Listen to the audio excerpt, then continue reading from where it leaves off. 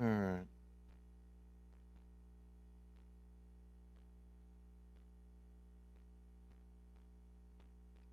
All right. We'll go ahead and get started. Well, let's get into a word of prayer, and then we'll get class started.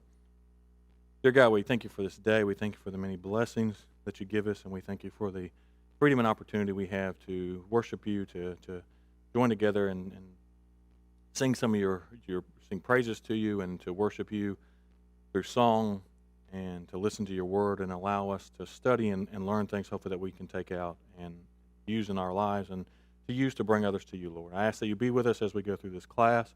Help it to be something that allows us to grow and stretch ourselves and learn from and see how we can influence others, and how sometimes our actions have different effects on others as well, Lord. And help us to learn from that and use it to bring others to you. Lord, I ask that you be with us as we go through this continued pandemic, Lord. I think we feel that we're coming on the other end of it, through the other side of it, Lord, and we thank you for that. And just ask that you be with those who are still sick or recovering, that they recover quickly, and we can get back to somewhat of a normal life, Lord. We just thank you for everything you do for us and for sending your Son.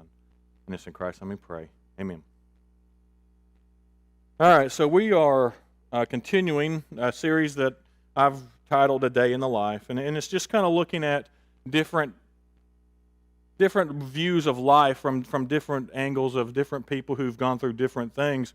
And just to kind of review real quick, we've gone through and looked at the kind of the non-Christian, or what we consider the unchurched side of things, of different people who really have had nothing to do with church, and maybe some of their interactions and experience, good or bad, that they might have and see, and some of the things that can come out of that. What we're going to do today is we're going to get into the Christian side of it, and this side I focused on kind of coming up or grew up in the church, and some of their experiences and some of the things that they've seen, and maybe how we can adjust a little bit and learn, how sometimes our interactions, although we may not have ill will or bad intentions, sometimes they can come off that way, and so we can look and see how we can maybe affect others that way. I'm going to start with the two definitions that I've done every week, and the first one's sympathy. That is a shared feeling, usually of sorrow, pity, or compassion for another person. You show concern for another person when you feel sympathy for them. So, we're looking at that, but what we want to get to, and the point we want to get to, is what we call empathy. Empathy is stronger than sympathy. It's the ability to put yourself in the place of another and understand someone else's feeling by identifying with them. So sympathy, you kind of stand back a little bit. You feel sorry for them, or you feel their pain maybe a little bit. You have sympathy for them, but you don't really, I don't think, understand what it's like to be in their shoes. Empathy, you really try to put yourself in their shoes and understand what it is that they are going through. And we've been going through a set of verses here, 1 Corinthians 9:19-23. And Paul writes, "Even though I am a free man with no master, I have made a slave to all. I have become a slave to all people to bring many to Christ." Sorry. "When I was with the Jews, I lived like the Jew to bring the Jews to Christ. When I was with those who followed the Jewish law, I too lived under the law. Even though I am not subject to the law, I did this so that I could bring to Christ those who are under the law. When I am with the Gentiles who do not follow the Jewish law, I too live apart from the law so that I can bring them to Christ." And the key thing here is, but I did not ignore the law of God. He still obeyed the law of God while doing this. I obey the law of Christ. "When I'm with those who are weak, I share their weaknesses, for I want to bring the weak to Christ. Yes, I try to find common ground with everyone." And in a lot of translations, most translations here, "I become all things to all men, doing everything I can to save some." And in the last verse there, "I do everything to spread the good news and share in its blessings." And I've added two verses for this particular study because I think it applies to the first one, and maybe I should have put it in there to begin with, but I think that even more so with this study. In John 13:34-35, and if you know me, you know this is my favorite verse, or set of verses. "So now I'm giving you a new commandment. Love each other just as I have loved you. You should love each other. Your love for one another will prove to the world that you are my disciples." And I think that is important. The first one I think is important because Excuse me, sorry. Because we need to be able to put ourselves in other people's shoes if we're going to convert them. Right? It's hard sometimes to understand what someone's going through if we're going to bring them to Christ. If we can't put ourselves in their shoes and we can't empathize with them, then there's no way it makes it hard to convince them that you understand what they're going through. But then if we add this other one, if we treat people or love people the way that Christ loved us, which eventually when he wrote this or spoke this, they didn't understand the extent that he was talking about, which was being willing to die for someone, then your perspective and the way you treat other people is going to change a whole lot. And so we need to be willing to love one another. And not only is it important to love each other because God or Christ commanded us to, but then the step beyond that, it says your love for one another will prove to the world that you're his disciples. And I think that's if they see us from the outside and we're not really showing love for one another, or they can't really see that and we're not known for that, then that's not going to be something that's attractive to them.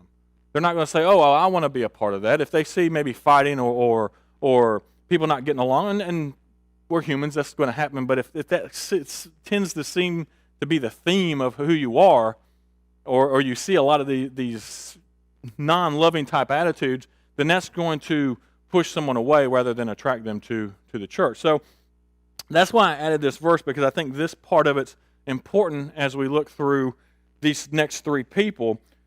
And so looking at it from a Christian standpoint and more of an internal standpoint, I identified three Christians that I was going to look at the day in the life of.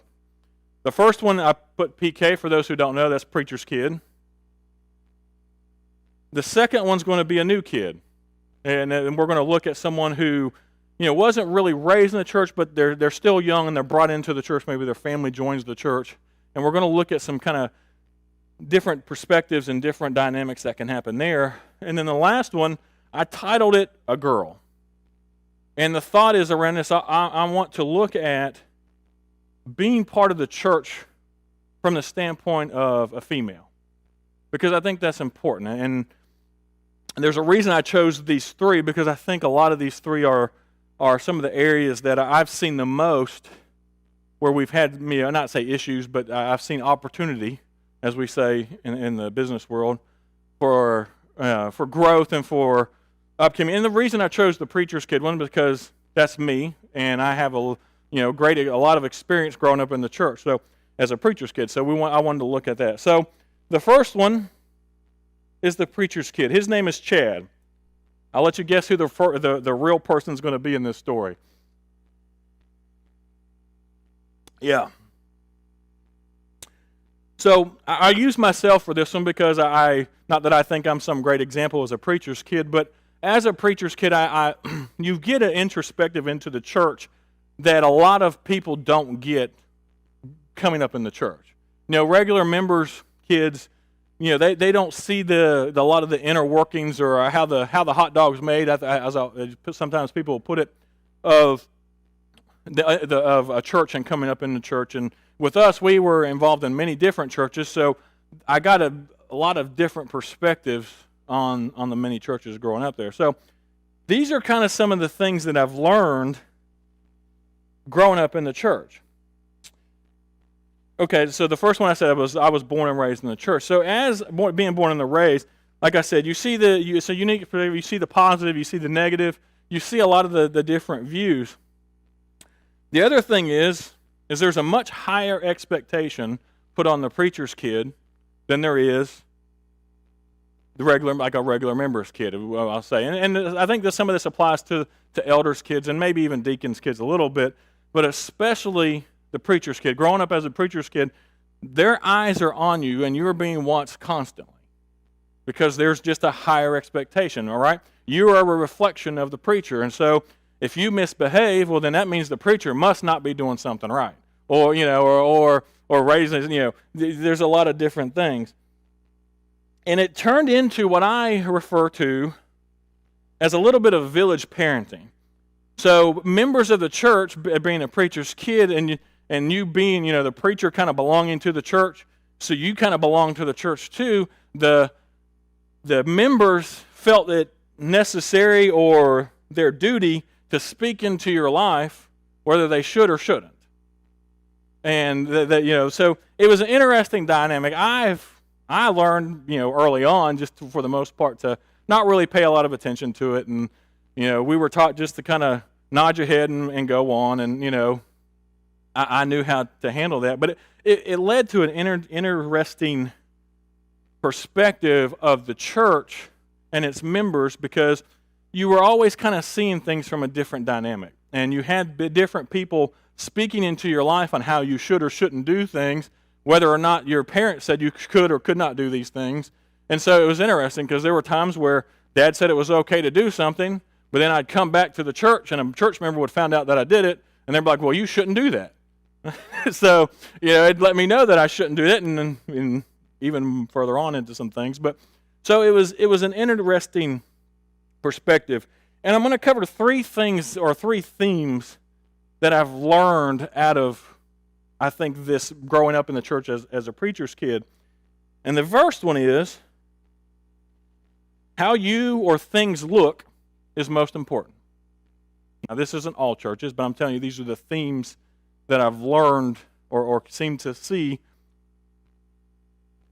as I was going through it. And I'll talk to this a little bit. And one of the other things I want to talk about and look at is, psychologists have determined that it takes, for every negative action or negative comment or negative things thrown towards someone, it takes 5 to 7 positive actions or comments to undo those. So naturally, when you grow up and you have this dynamic, sometimes the negatives tends to stay with you more than the positive. So I don't want anyone to take away from this that my experience growing up in the church was all negative and horrible. I'm kind of doing like I did on the first set of series. We're going to hit the kind of the negative things first, and then we're going to switch to the positive in the next series next week. So why I say this is because most of the time when someone came in the church to get on to me or to correct me for something, it wasn't really something biblical or unbiblical that I did, or sin per se. It was more of how others perceived it or how it might look. The number one thing, and I probably will still get this to the day I die, just because it's me and it's the way I am, is the way I dress. I cannot tell you the number of times, the number of services where I had people, some of it was elders, some of it was deacons, some of it was just regular church members, who told me because I was not wearing a suit and tie that I was not giving my best to God, and that I really needed to start learning how to dress better. Are you agreeing with that, Terry? Other things, like some of them didn't like the friends that I had. Well, you really shouldn't have these friends. And I would explain back to them, how am I supposed to get these people in the church if I do not befriend these people? And I'll say that's a common theme of sometimes in the churches, is we go too far to the one way or other on this of not befriending people we probably should to try to get them into church. And so the theme that I got was, and I saw a lot of times, was it didn't really matter how you lived your Christian life as long as it looked like you did. And a lot of people, and so it was interesting, a lot of these same people who would correct me on these things, not a single one of their grown children were still in church. And so now I had enough respect and enough, we were taught well enough to not say things like that, but to them. And so that was one of the themes that I saw. And I feel that you still see this in the church a lot today. And I'm not talking about just Church of Christ, I'm talking about church period. And Christianity period is, we sometimes how we make things look or how things look is more important than actually doing the things that Jesus said to do. And that's one of the things I liked about Jesus, because he did things that the Pharisees, that looked bad, right? Going to a tax collector's house, going to these places that he was going to and talking and associating with these people that he was associating with. Well, that didn't look good. You shouldn't do that. And he corrected him and said, look, I'm not here to save the okay, right? I'm here to reach sinners and bring the sinners to me and to save the world. So that was kind of the first thing. The second thing, which was constant through my Bible classes, and I will say this was not taught at home for the most part, was that we are right and everyone else is wrong. And while I can agree, I can't agree with most of that. I agree that we are right, but I can't agree with going and telling everyone else that they are wrong. And this is the approach that a lot of them took. And we still take this approach today sometimes. Is there was teaching on why we believed what we believed, but there was so much more teaching in especially as we got older in our Bible classes, not of what we believe and why we should believe it, but it was more of a theme of, well, this is what everyone else believes and everyone else is wrong, and this is what we discuss more than anything. And so I felt like we spent more time attacking others than we did building our own self up and focusing on ourselves and learning why we believe what we believe. So then we can go and not tell everyone else that they're wrong, but we can tell everyone what we believe and show them why we believe it. And then that way you're more likely to convert someone. And I'm going to use a recent example of something I saw. Some churches published a new seminar that they're going to have, or a meeting, power meeting or something, I can't remember what it was called, what they're going to have, and it was called Correcting the Error. And in this pamphlet that they sent out, it basically is attacking every single different denomination as to why they are wrong. And then at the end, the very last subject was, and it was I can't remember the exact title, but it was just in case we missed any group in this whole list of people, the rest of who are wrong. You are not going to win souls. You are not going to convert anyone. You are not going to reach anyone who believes differently than you by attacking them. And so,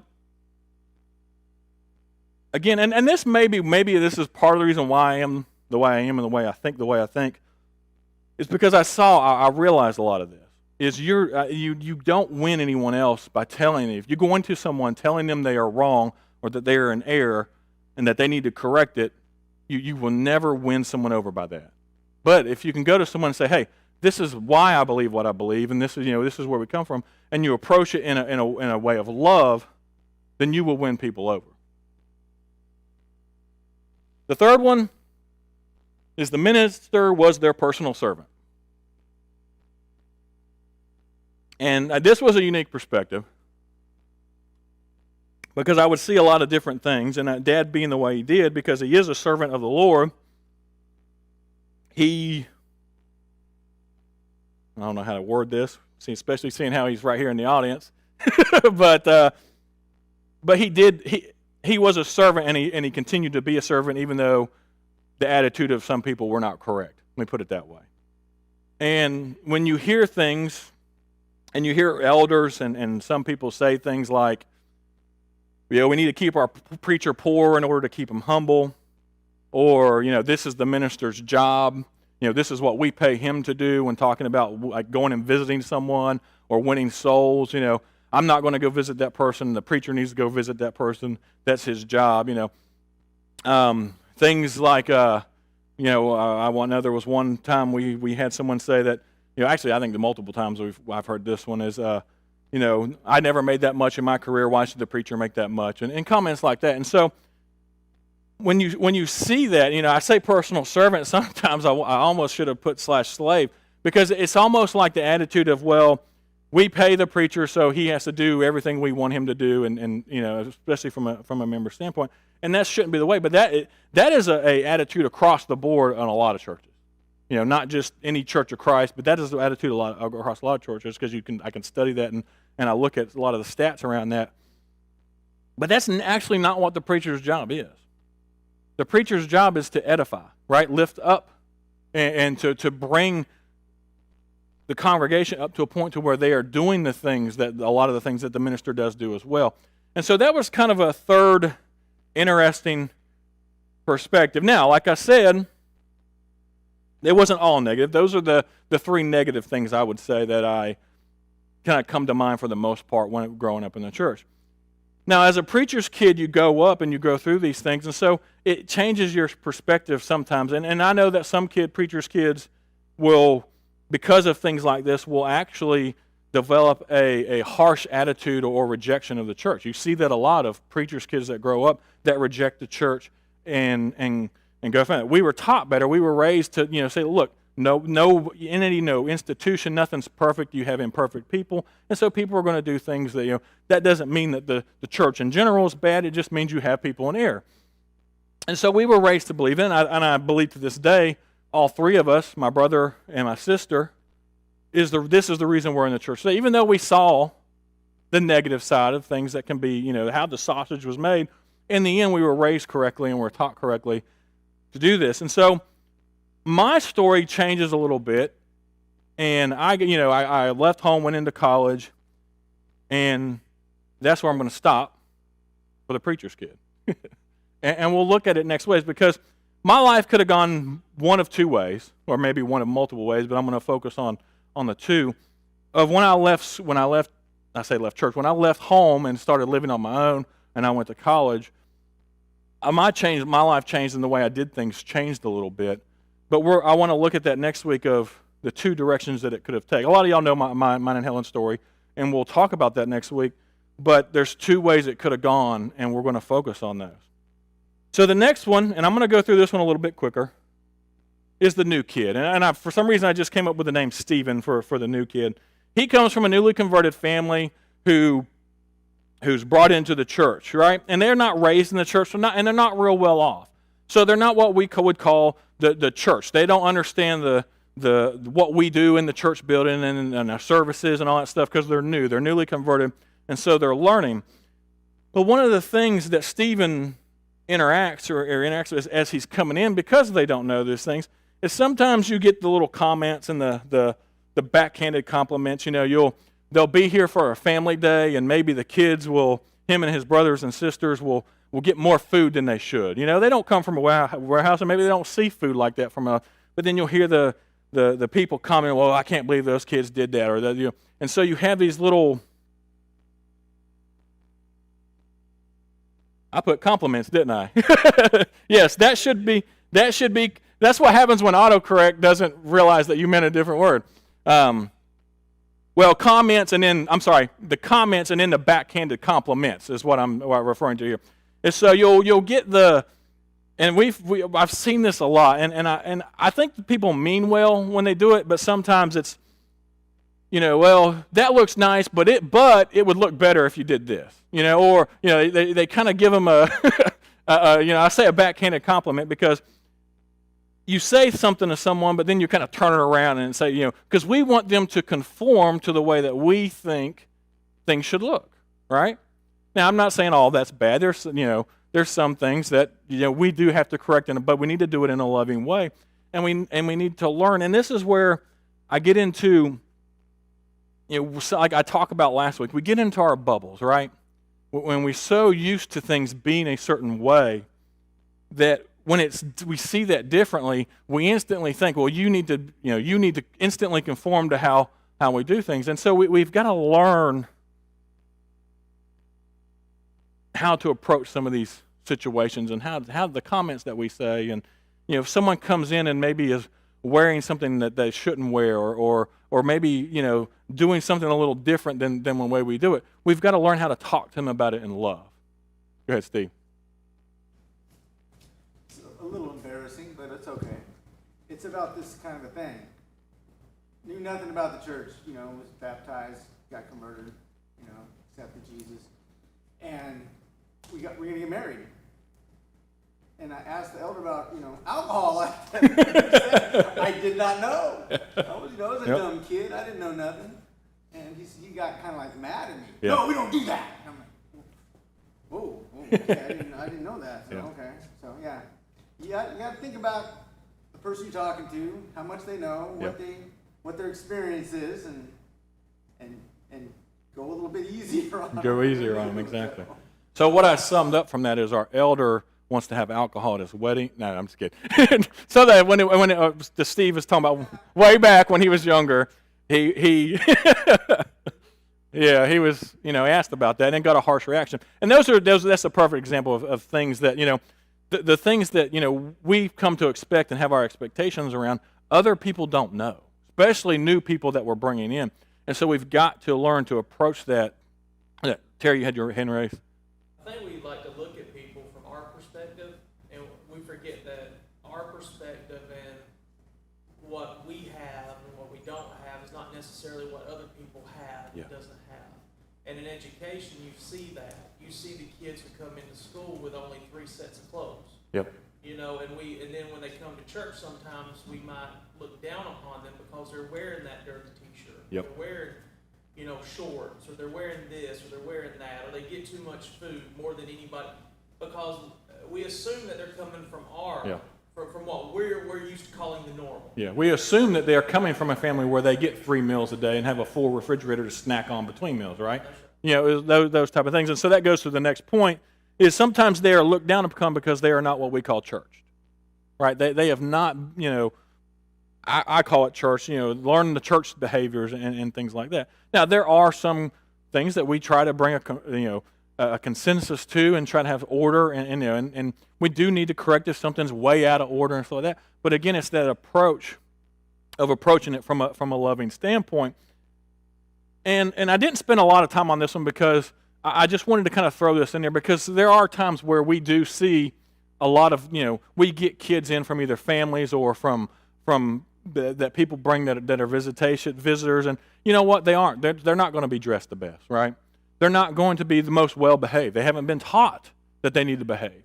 They're not going to, whenever they go through the line at one of our meals, they're going to get as much food as they possibly can stack on that plate, as high as they can stack it, because maybe they've never seen anything like that.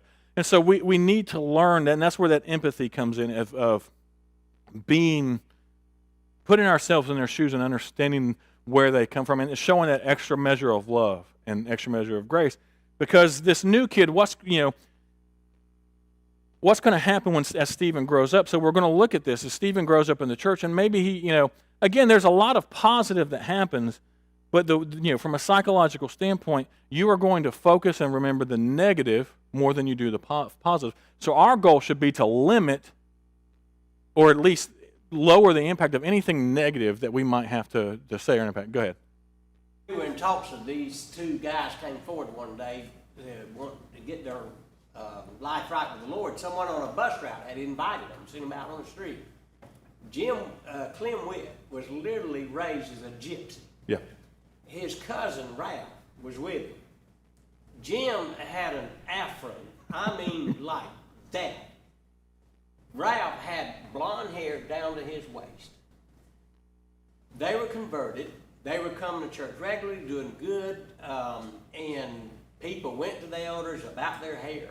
And the elders very wisely said, be patient. See, that's the key word. Be patient. Allow them to grow in Christ.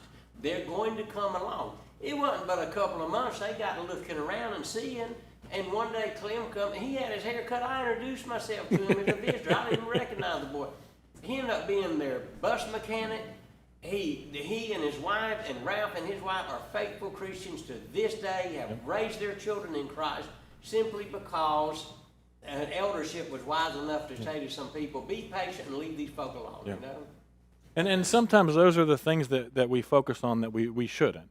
Is the appearances. And I understand that that can be a generational thing as well, but we've got to learn that patience and that love and that grace, because that situation could have gone completely different. They could have gone to him and said, hey, you need to, this is not good, you need to do this, you need to cut your hair and do all that stuff, and then maybe they didn't come back.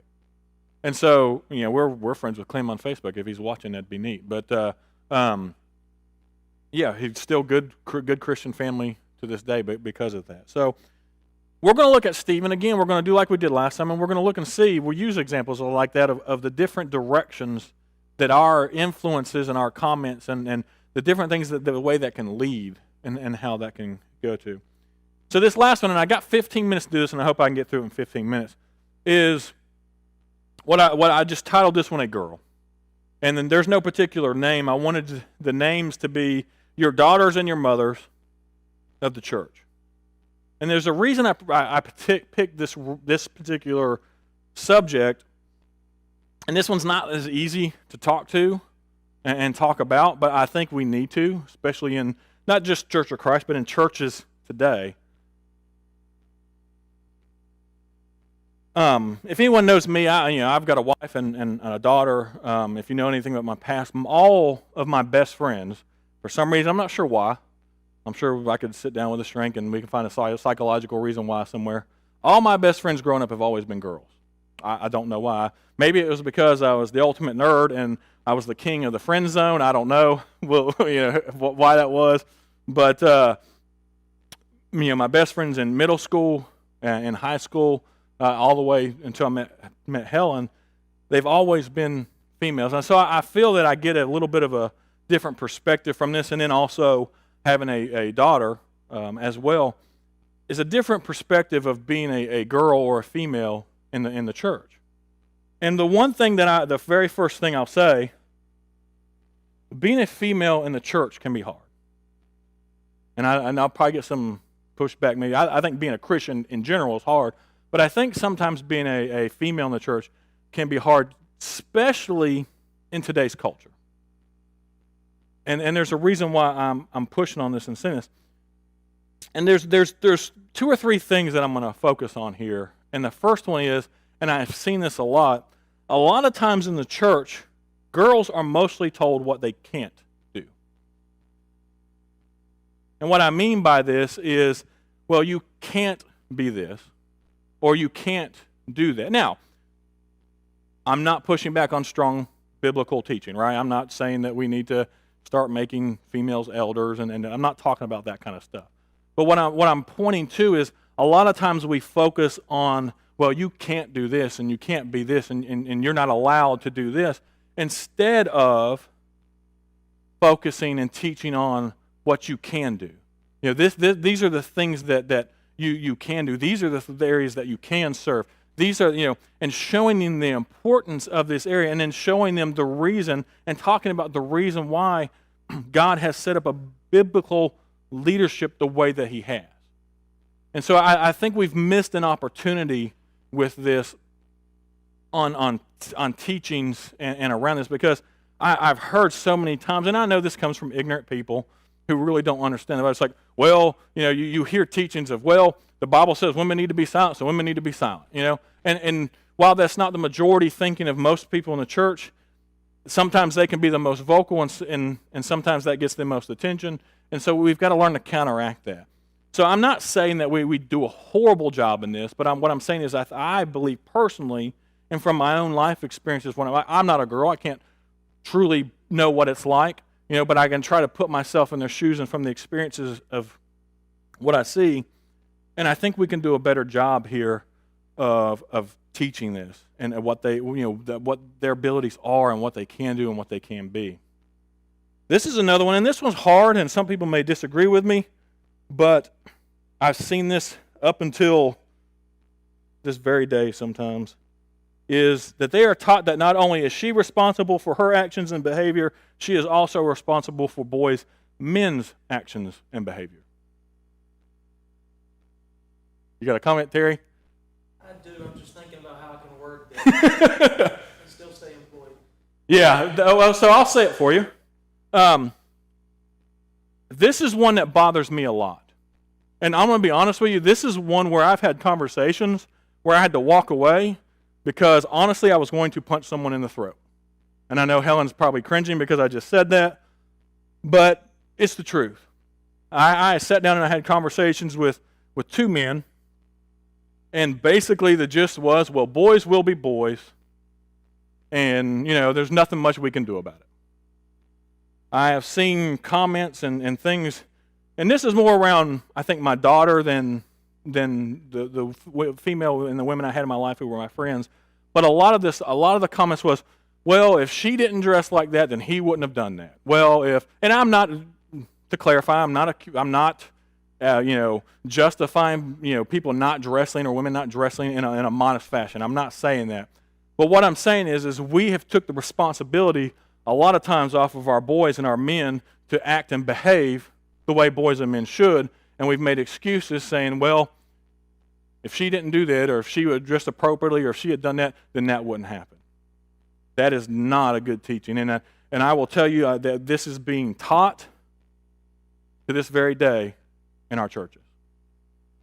Not here, hopefully, but I will tell you that it is, because it's been said to my daughter to her face, and it needs to be. If you are one of them, you need to correct it, because it's not correct. And I'll say that, and that's kind of where I'll leave that. But we need to get away from this mentality and this mindset. And this, again, this is not a Church of Christ thing. This is a religious thing. This is a lot of times just a worldly thing. And we need to learn that, yes, all of us are responsible for our own behaviors and the way we act and behave. And then the third one is, a lot of times there's a double standard, and it kind of feeds back to the first one, and a higher accountability. We see a lot of times where maybe it's okay for a guy to do this, but it's not okay for the girl to do this. Or, it's you are, it kind of feeds back to that first one. You control what this person does by what you do. And I'm a guy, right? I understand sometimes the mindset. Guys are visual people, right? And we respond to visual stimulation. But it still does not, I am still in control of my body and myself, right? And we need to figure this out from a double standard standpoint, because I've seen so many times where if a girl did something, then she was going to be attacked for it, but if a guy did it, okay, we'll let that pass. And some of these things that I'll talk about, they're held to a higher accountability. One of them that I'll speak to, mainly I think because this one's close to my heart, is teenage pregnancy. If a girl gets pregnant, she's kicked out of a school, but if a guy gets a girl pregnant, he's still allowed to go to school there. If a girl gets pregnant, well then she's a whore, or she's this, or she's these type of things. But the guy that got her pregnant, well, not much is and some people may disagree with me on this, but I've seen this with my own eyes, and I've seen this a lot. And I don't know 100% where it comes from. I don't know why, but I think as one, men who are supposed to be leaders of the church need to step up and make sure that we look at this and we correct this. And two, if we're going to be those leaders of the church, we definitely need to make sure that, one, I believe, since we are supposed to be the leaders and the Christ-like people of the leaders of the church, we need to hold ourselves. We're the ones that need to be held to a higher accountability versus maybe some others. And so, like I said, this one's a hard one to talk about, because a lot of people may disagree with me on it. And I know there actually probably is some people who disagree with me on it wholeheartedly. Yeah. As someone who's over several committees and co-leaders, going back to your first point, women, if it hadn't been for the women, these committees wouldn't have went anywhere. Yeah. And that's... There are certain, we do have guys in there, don't get me wrong. But if it hadn't been for the women in the background doing things, and they don't get credit for it. Yeah.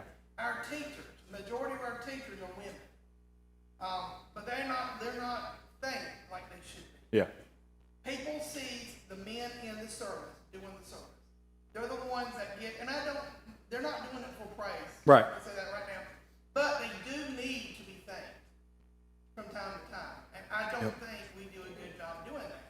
I would agree. I think that our teachers are very, very dedicated, and they put a lot into it. And majority of those are women.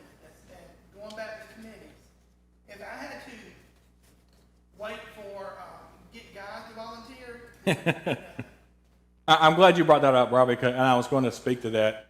So Robbie basically talked about, and I'll sum it up, if it were not for the women of the church would not be here.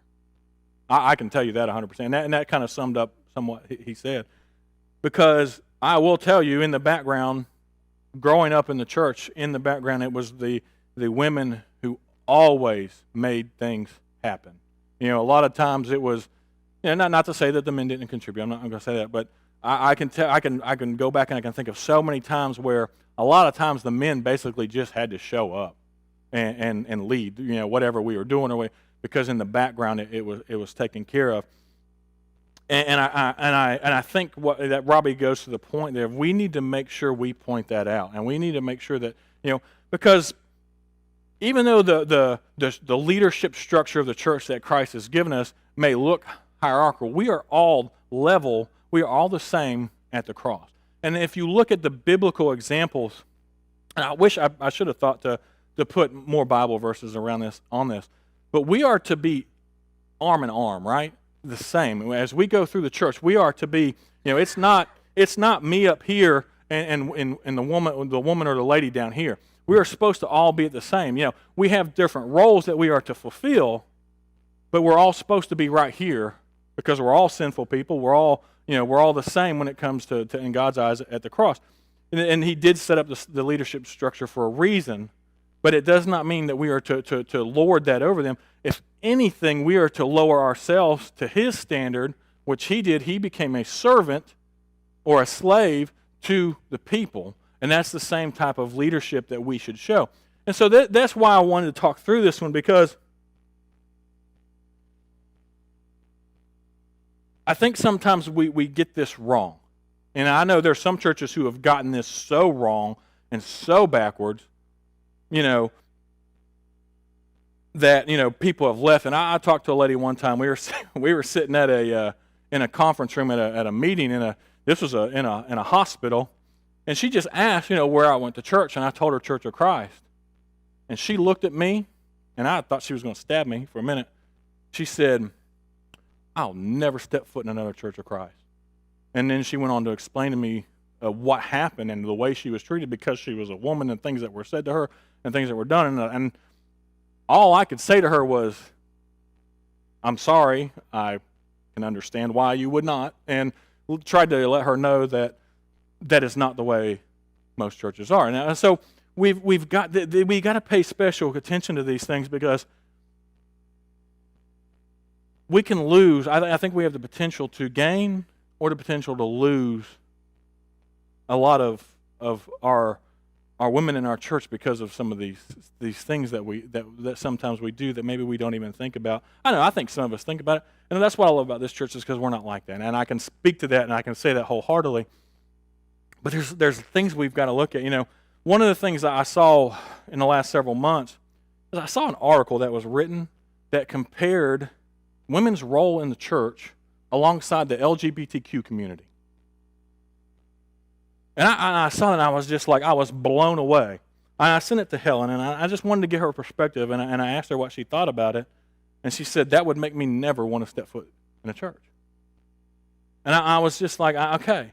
And so we've got to watch how we approach these things. Yes, there's a biblical standard that we have, and there's a biblical standard we have to set, but it doesn't mean that we treat people less because of it.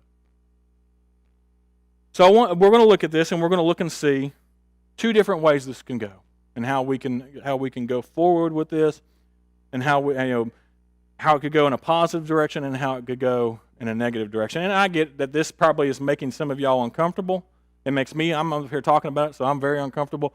But I think these are things that we need to look at and address, because if we're going to make the church what it's supposed to be, then we need to look and put ourselves in a day in the life of these people who we see and who exist, and what the things that they see. And we got to step out of our little bubbles, and we've got to learn to see things from different perspectives. So next week we will continue this on, but we're going to look at it to okay, so we've seen these people and some of the things they experience.